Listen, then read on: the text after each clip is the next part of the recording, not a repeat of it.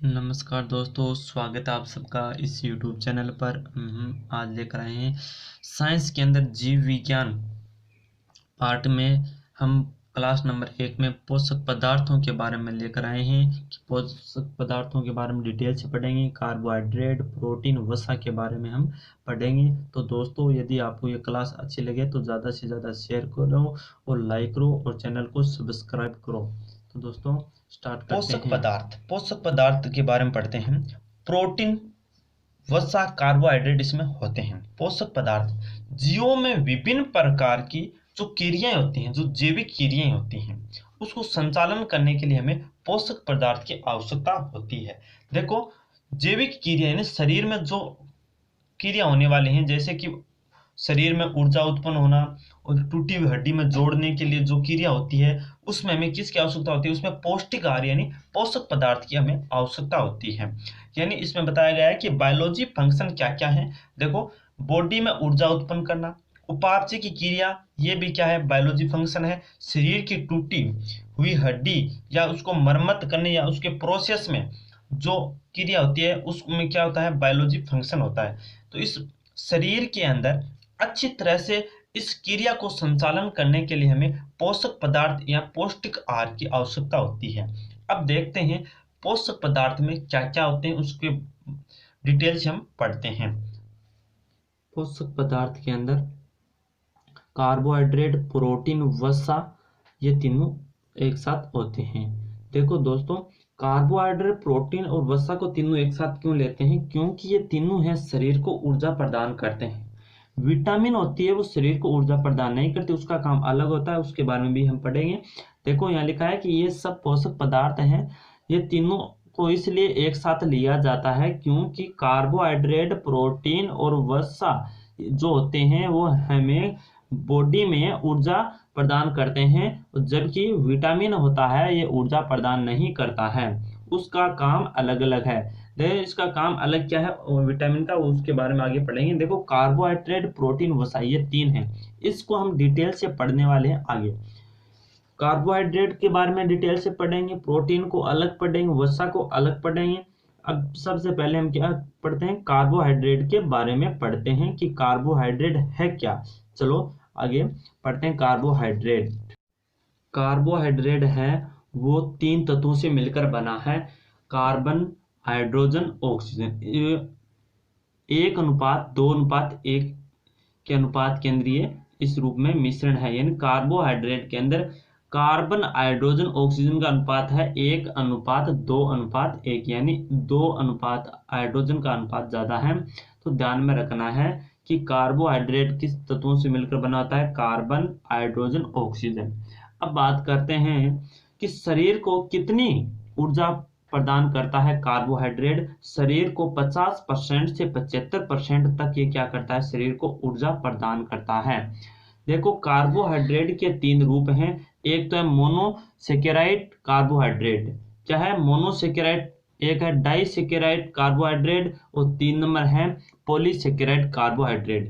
तीन कार्बोहाइड्रेट के क्या है? रूप हैं। मोनोसेकेराइड, डाइसेकेराइड और पॉलीसेकेराइड हैं। ये कार्बोहाइड्रेट के रूप हैं। ध्यान ये रखनी है इसमें आपको कि कार्बोहाइड्रेट है ये किन तत्वों से मिलकर बना होता है? एक तो कार्बन, हाइड्रोजन, ऑक्सीजन।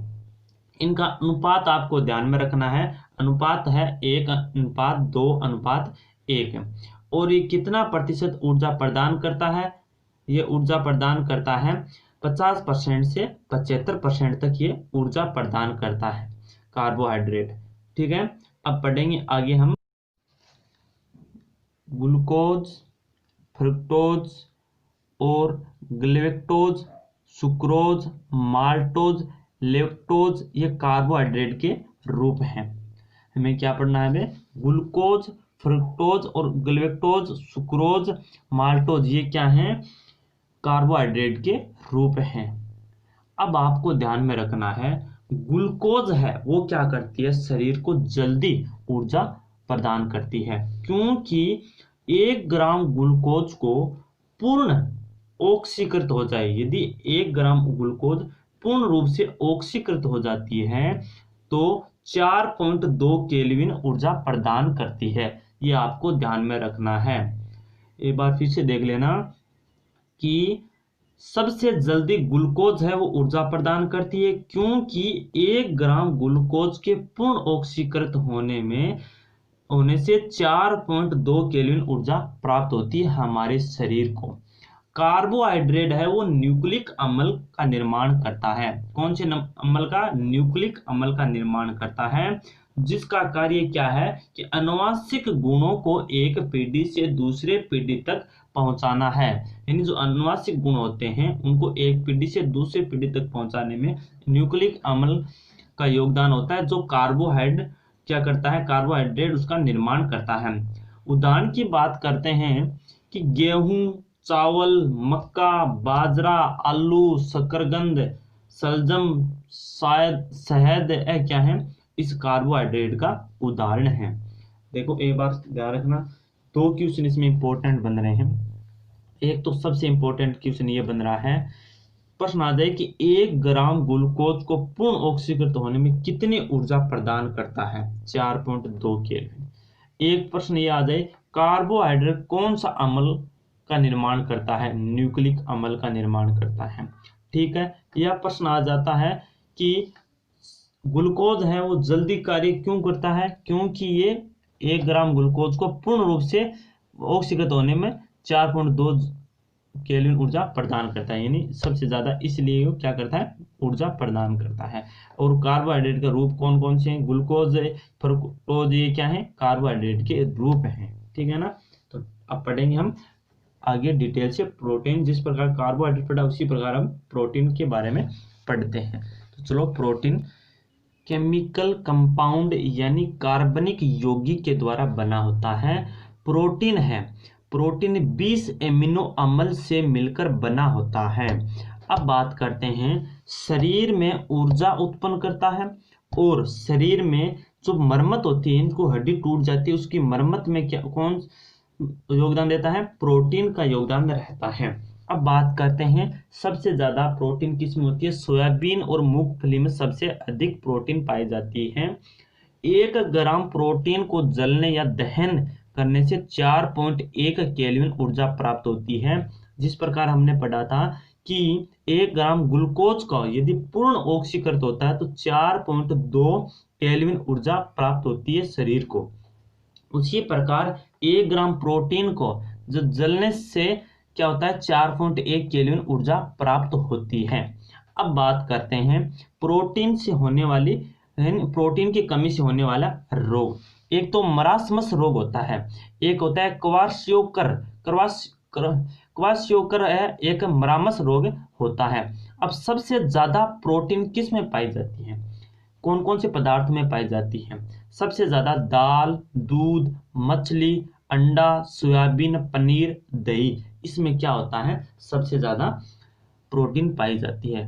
प्रोटीन बढ़ाने के लिए, प्रोटीन लेने के लिए हम क्या करते हैं?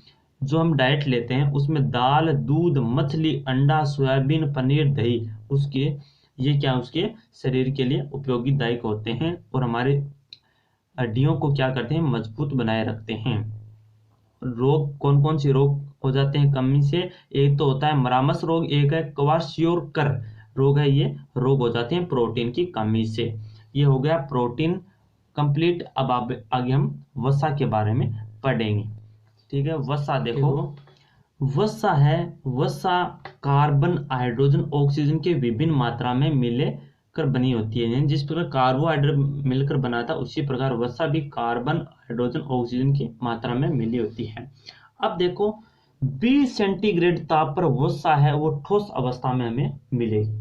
यानी 20 सेंटीग्रेड ताप होगा तो हमें वसा किस अवस्था में मिलेगी? ठोस अवस्था में मिलेगी। लेकिन यदि हमें इस ताप पर द्रव अवस्था मिल रही है, यानी 20 सेंटीग्रेड ताप पर यदि हमें वसा द्रव अवस्था मिल रही है तो वो क्या होगा? तेल होगा। तो वो क्या होगा? तेल होगा। यानी 20 सेंटीग्रेड ताप पर यदि हमें कोई वसा है, वसा जो पदार्थ है, वसा युक्त जो पदार्थ है वो तरल पदार्थ मिलेंगे या द्रव अवस्था में मिलेंगे तो हमें किसका उदाहरण मानेंगे? उसको तेल का उदाहरण मानेंगे। ठीक है। देखो सामान्य व्यक्ति को 20 से 30% तक ये वसा है ऊर्जा प्रदान करती है शरीर को। क्या प्रदान करती है? ऊर्जा प्रदान करती है। कितने परसेंट से? लगभग 20 से 30% तक करती है। वसा की कमी से स्किन रूखी हो जाता है और वजन कम होने लगता है। इसके कार्य क्या है? शरीर को ऊर्जा प्रदान करती है, स्किन के नीचे जमा होकर शरीर के ताप में नियंत्रण करने का काम करती है और शरीर के अंगों को चोटों से बचाती है। ये इसका काम है, यानी शरीर के अंगों को चोटों से बचाने का इसका कार्य है। देखो कार्य क्या है? शरीर की ऊर्जा प्रदान करती है, स्किन नीचे जमा होकर ये क्या करती है? ताप का नियंत्रण करती है और शरीर के अंगों को चोट से बचाने का काम करती है। ये आपको ध्यान में रखना है। शरीर को ये 20 से 30% ऊर्जा प्रदान करती है। ये वसा का कार्य है। अब हम उसके बारे में आगे थोड़ी सी डिटेल से और पढ़ने वाले हैं। वसा ऊर्जा के बारे में, वसा, प्रोटीन और कार्बोहाइड्रेट के बारे में। तब तीनों के बारे में 3 महत्वपूर्ण पॉइंट है। देखो पहला पॉइंट क्या है? अगर हम 1 ग्राम प्रोटीन को दहन करते हैं तो उससे हमें 4.1 केल्विन ऊर्जा प्राप्त होती है। यानी एक प्रोटीन है, उसको 1 ग्राम प्रोटीन को दहन करेंगे तो क्या बने? 4.1 केल्विन ऊर्जा प्राप्त होती है। अगर हम 1 ग्राम कार्बोहाइड्रेट का दहन करेंगे तो हमें 4.2 केल्विन ऊर्जा प्राप्त होगी। यानी 1 ग्राम क्या है? कार्बोहाइड्रेट का दहन करेंगे तो क्या होगा? 4.2 केल्विन ऊर्जा प्राप्त होगी। ये आपको ध्यान में रखना है। अब हम क्या करते हैं? इसी प्रकार देखो, अगर हम 1 ग्राम वसा का दहन करेंगे तो 9.2 केल्विन ऊर्जा प्राप्त होने वाली है। कितनी? 9.2 केल्विन ऊर्जा प्राप्त होगी। इसका डायग्राम हम देखते हैं अभी। देखो ये रहा वसा है, वो 1 ग्राम है वसा, इसको यदि हम दहन करते हैं तो क्या बनता है? इससे 9.2 केल्विन ऊर्जा प्राप्त होती है। तो दोस्तों यह था हमारा पोषक पदार्थ का जो टॉपिक था वो क्लियर हो गया है। इसके बाद हम आगे और नए टॉपिक लेकर आएंगे। यदि आपको ये वीडियो अच्छा लगा है तो इस क्लास को ज़्यादा से ज़्यादा शेयर करें। मेरी ये 10 मिनट आपको बहुत आपकी ज़िंदगी महत्वपूर्ण टाइम हो सकता है, इसलिए आपका ये 10 मिनट इस वीडियो को जरूर देना, ताकि आपके आने वाले exam Rajasthan police, Delhi police के लिए ये महत्वपूर्ण टॉपिक हैं। और मैं इसी प्रकार से बायोलॉजी और